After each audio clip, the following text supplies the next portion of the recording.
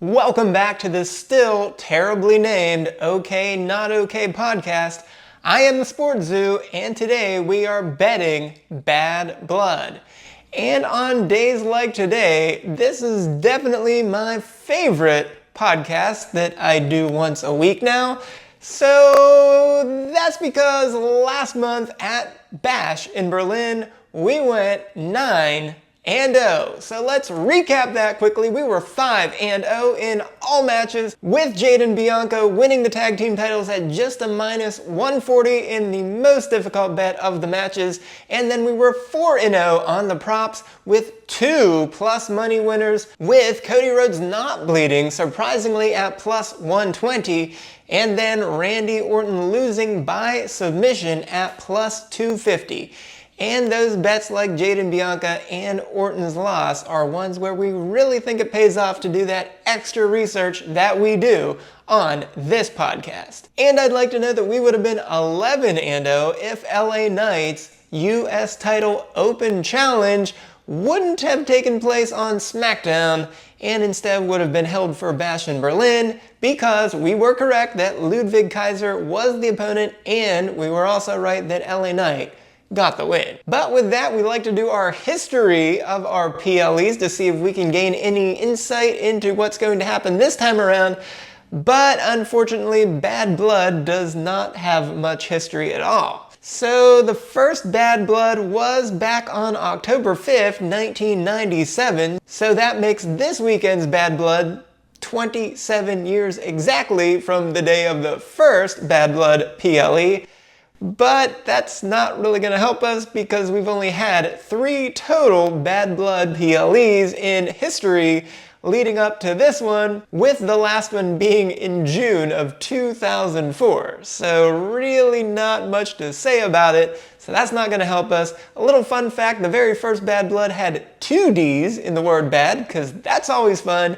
And it was an in-your-house PLE, because that's what WWE was doing in between times of the major PLE events. And the main event was HBK defeating The Undertaker to become the #1 contender for the WWF Championship at the time, inside a cell. So that's how we got to that. And I guess if you want to look at any other kind of history, there's not much to say for that random PLE that happens to be 2 PLEs after SummerSlam and 2 PLEs before Survivor Series. So that's just a weird time. There's nothing to gain from that. So with that, let's go right to what should be our main event, but probably won't be, with CM Punk and Drew McIntyre inside a cell. And we've got CM Punk at -1,000 for a 90.91% implied probability, and Drew McIntyre at +550 for a 15.38% implied probability. Well, the most important thing we want to talk about here is the recent history of these cell matches.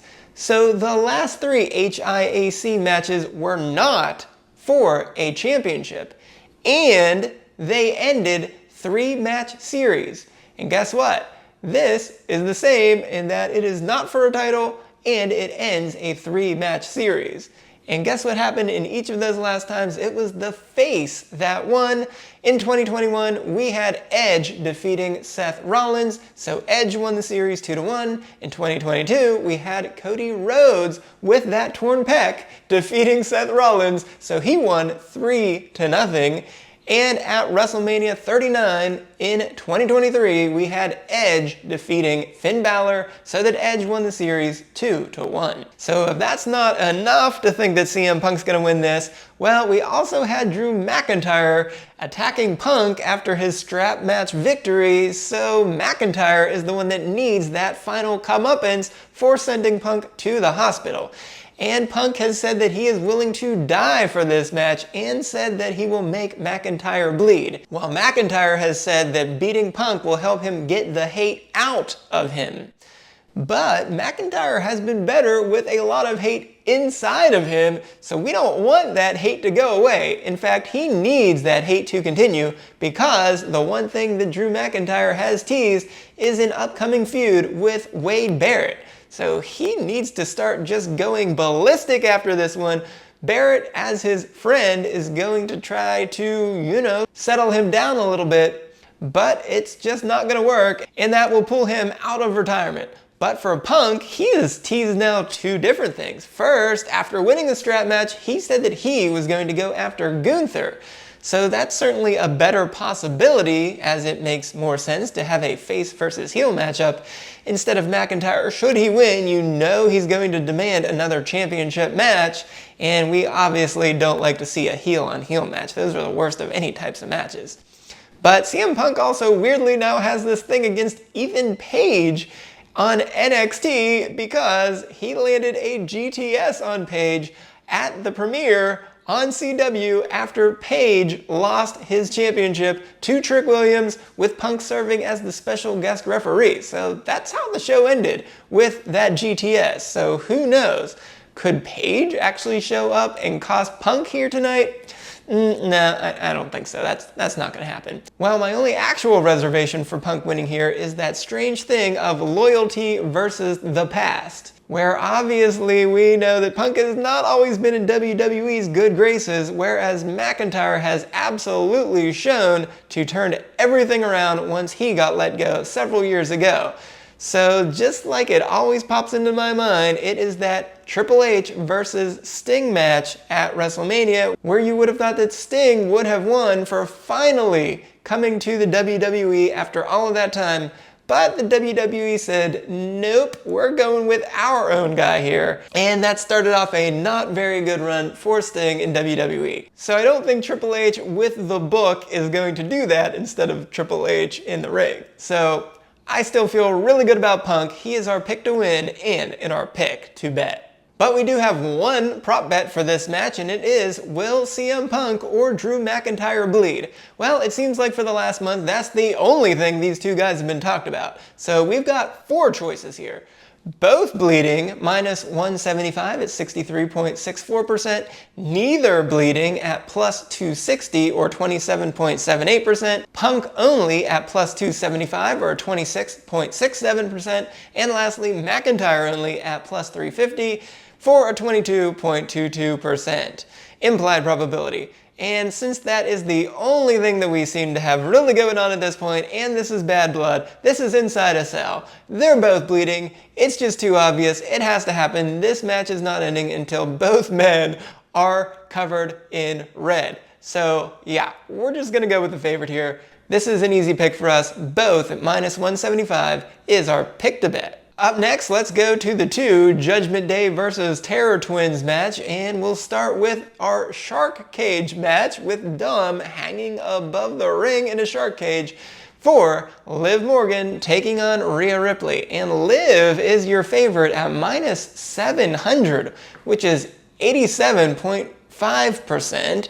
while Rhea is at plus 400 or a 20% implied probability. So my number one instinct all along has been that this particular PLE is the turn the page PLE. So this is where everything's going to end and we're gonna start fresh after this. So that obviously goes for Punk and McIntyre, but I think that's what we're gonna get here too, because this really is match number 3 in a 3-match series between these two women. Of course, Liv beat Rhea at SummerSlam, and then Rhea got her revenge, not quite as much, but still in that mixed tag match last month. And now finally it culminates in match number 3 here with this shark cage match. So we can't have a feud ending with Rhea losing, right? She was on the shelf for 3 months. So we've got to have Rhea win here. But of course, it could not end at this one. I could just be wrong about that. But man, this has been a really, really long road. If we just go backwards on the timeline from now to when Rhea returned in July, that is about 3 months. Then from the time that Liv injured Rhea, that is another 3 months in April. Then if we go all the way back to Rhea injuring Liv, that was in July of 2023, so we're talking 15, 16 months here, folks. This thing needs to end. The Liv Morgan Revenge Tour needs to end, And this is match number 3. So this feud is ending here tonight. That is my call. Yeah, we have to talk about Dom in that shark cage. He will get out of that shark cage. I have no ifs, ands, or buts about that. But the other thing we've been teasing now for months here is Rhea finally hitting that riptide. And when Dom makes his way out of that cage and onto the mat, this will finally be the time for Rhea to land that riptide, and then she'll turn around and hit another one on Liv, and she will be the new Women's World Champion. But some people seem to think that Raquel Rodriguez could be coming back, and she was a tag team partner and champion with Liv. But does that make sense? Is Raquel gonna come back to be in the Judgment Day? Nah, come on. You gotta be kidding me. That's not happening. The better idea is Rhea's gonna win. She's gonna need a nice, imposing opponent, and no one is better than that than Raquel Rodriguez. So expect her to come back maybe on Monday. And of course, for Liv, she's done such a great job. Come on now, we've got to give her something, and Liv can always say that even if Rhea takes her title, Liv has won this in the end because she will have Dominic. If that is really a good thing to have, but oh well, for her, I guess it is. So let's flip on over to the guys, and we have Damian Priest taking on Finn Balor, with Priest at minus 500 or 83.33%, and Balor is at plus 300 for a 25% implied probability.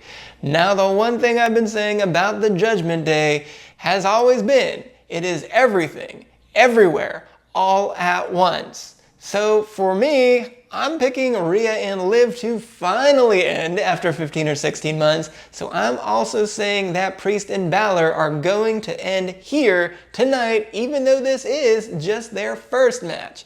And this has been really rushed now, hasn't it? I'm shocked at how fast this has actually moved. Because the one thing that Finn Balor said on that following Monday Night Raw was that he was going to wait. But there wasn't really a lot of waiting going on, because that very night, Priest defeated McDonough. Then the next week, he defeated Carlito. Then we had Bash with the mixed tag team. Then the following Monday, Balor agreed to be in a match. So that was a tag team match with McDonough as well, but it was still a Priest win. Then Priest took on Dom one-on-one and beat him too, so Priest is 5-0.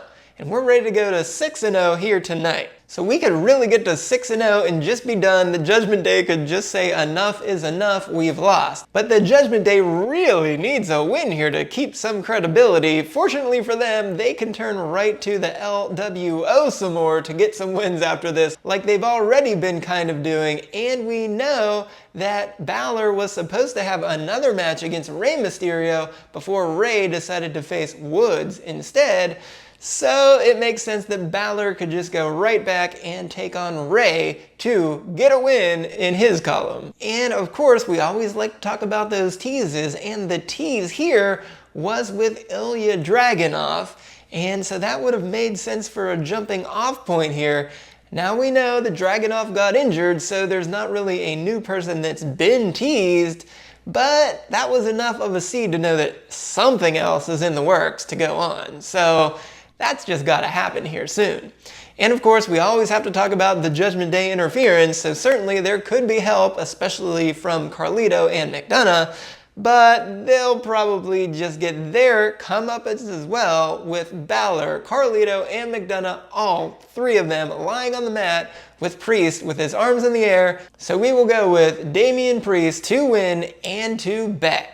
Up next is the Women's WWE Championship match between Nia Jax at minus 400 for 80% and Bayley at plus 250 at a 28.57% implied probability. And I am shocked that this one isn't much longer of odds. I can't believe they're giving Bayley a real shot here. She hasn't really done anything, unfortunately. I mean, I think we're going to see her have a great match because that's what Bayley does. But the story is not about Bayley and Nia. The story is about Nia and Tiffy. So we've just got to have another reason for Tiffy to tease Nia here a little bit for that cash in.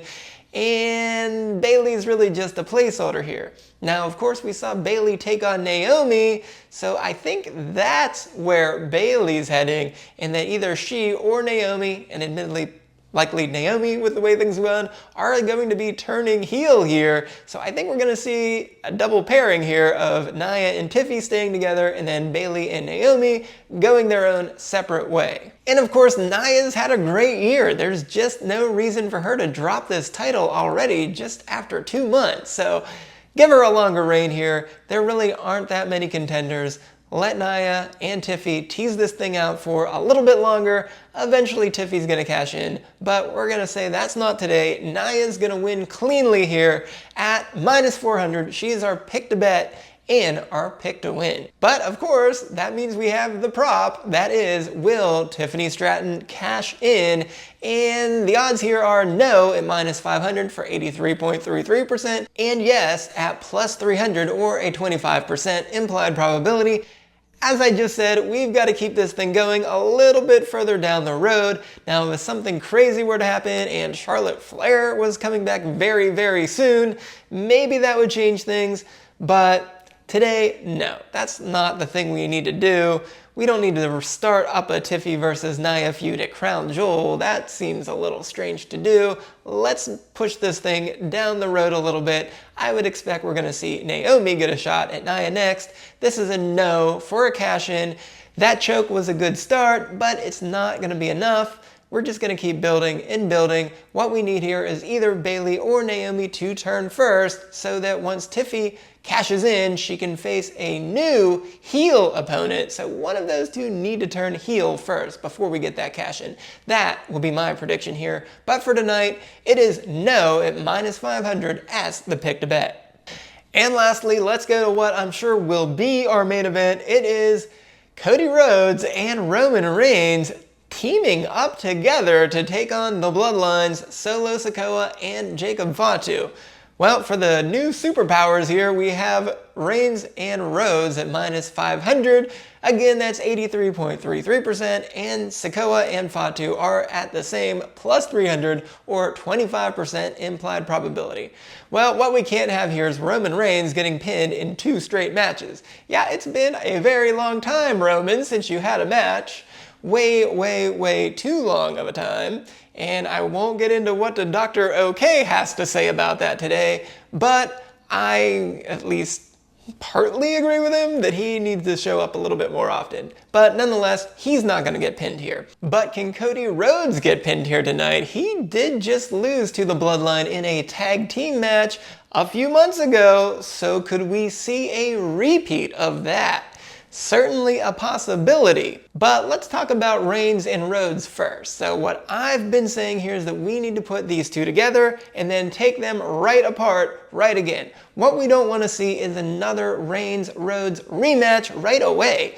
And if those two win, there's really nothing to stop Roman Reigns from saying, okay, I had your back, now give me my title shot.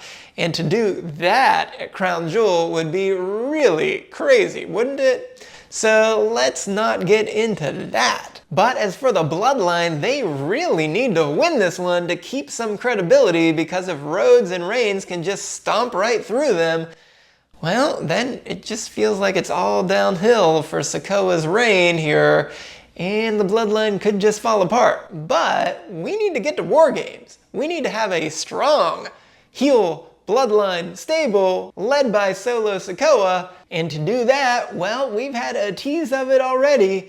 It is Cody Rhodes challenging Jacob Fatu for the title instead of Solo Sikoa in that steel cage match that we saw on the first SmackDown on USA. So to me, that is the best result we can have at this particular PLE. Fatu is the one, he shows up Sikoa a little bit and gets the pin over Rhodes. So just like previously when Sikoa got a championship match against Rhodes for winning that 6-man tag, it'll be Fatu who has earned a title shot at Cody Rhodes, because we need to push things down the line a little bit, and the best way to do that is to get Jacob Fatu against Cody Rhodes at Crown Jewel for the championship. Yeah, I don't think we're quite ready for Kevin Owens and Randy Orton to make that turn on Cody, but I think that's what we're going to see starting probably at Survivor Series through the Royal Rumble or through Elimination Chamber, with those two turning on Rhodes, and they'll take their turns getting shots at him, which would then take us to WrestleMania against the final boss. But until then, we've got to have a way for Rhodes to get there. I just don't think it's going to be Owens or Orton quite yet at Crown Jewel. But as for Reigns, he's going to lose the match but not get pinned. So if Reigns loses the match, he can't immediately demand a tribal combat match against Solo Sikoa to try to get that Ula Fala back. So instead, he's going to have to take the circuitous route, and so I think Solo Sikoa is then going to want a handicap match, 1-on-2, Reigns against both Tonga and Loa, and Reigns will say that's fine by him, but just like he did a few weeks ago with Cody Rhodes, he'll say, nope, I can't have Roman Reigns in a handicap match. Roman, find your own partner and we'll make this a tag team match. And then his surprise partner, of course, will not be a big surprise, but yeah, it'll be Jimmy Uso finally returning at Crown Jewel. Now, of course, there are a couple things that go awry here. One is just that Reigns and Rhodes are too good and they just win because they're the best, and so they have to win. And there is the possibility of a new Bloodline member in Hikuleo, and I'm sorry I don't know how to say his name, I'm sure I butchered that pretty badly. But nonetheless, he of course could join the new Bloodline and be the way to take out Reigns and Rhodes. But by doing that, he could possibly just get a DQ. Of course, Tonga and Loa could also just see things going the wrong way for them. They could also just interfere and get Reigns and Rhodes a DQ win. And lastly, we've seen over and over again that the good guys just flat out win, and then the bad guys overwhelm them after that. So certainly Tonga and Loa could just let this match play out, and as soon as Reigns or Rhodes pin somebody, they could just regain all the heel heat by just beating them up at that point 4-on-2, and that would be the end of it.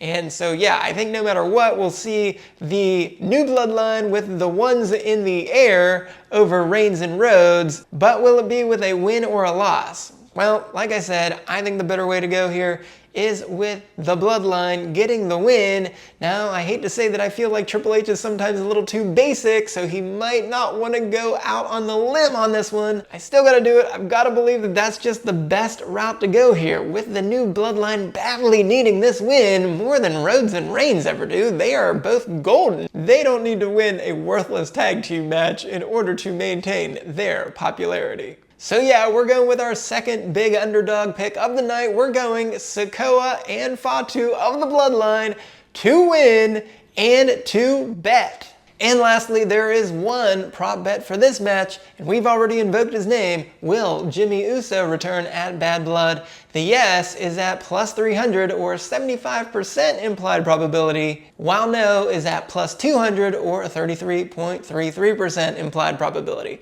Well, it would be nice for Jimmy Uso to finally return here tonight, but obviously he's siding with Roman. So if the good guys are going to win this, they just need to look strong and good, so you don't want them to have any help to win. So it just doesn't make sense for Jimmy to come back here. If the bad guys are going to win, then you don't want him to show up and waste his return for no reason. So I am pretty surprised by this, that no is the plus money. Maybe there's something people know that I don't know, but I don't see it. That doesn't make booking sense to me. Jimmy can come back for Crown Jewel, in my opinion. So here, the bet is no. Well, there you have it. That has been Betting Bad Blood, and I will admit that this one is a little bit trickier than many of the other ones, so we'll see if these plus money bets come through. I sure hope so, and we can keep on rolling off of that 9-0 record at Bash in Berlin. So remember to not bet any more than you can afford to lose, and just enjoy Bad Blood. I'm the SportsZu, and this has been the OK Not OK podcast.